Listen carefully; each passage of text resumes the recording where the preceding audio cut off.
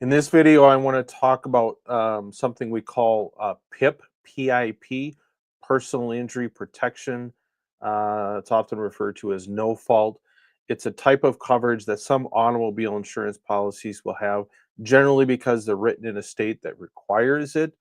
And it's a type of no fault coverage, typically for medical expenses and lost earnings.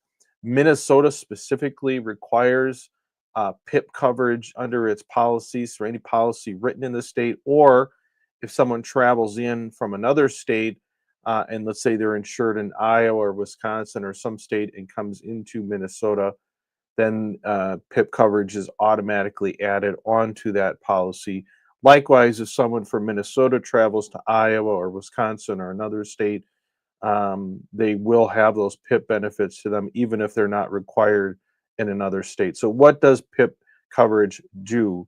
Well, it's required under Minnesota's no fault insurance system.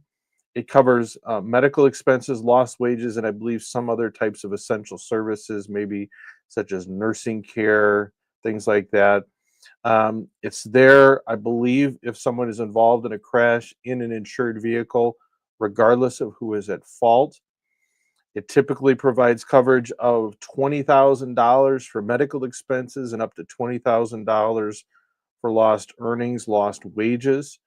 So it's a really valuable type of coverage that people have, either if they're from Minnesota and have auto policies written in Minnesota, or if they're from out of state and travel to Minnesota. So it's really important if you either are from Minnesota or travel to Minnesota in a crash, to talk to a lawyer right away so you can get those PIP benefits going right away and maximize your recovery of those benefits that you've paid for.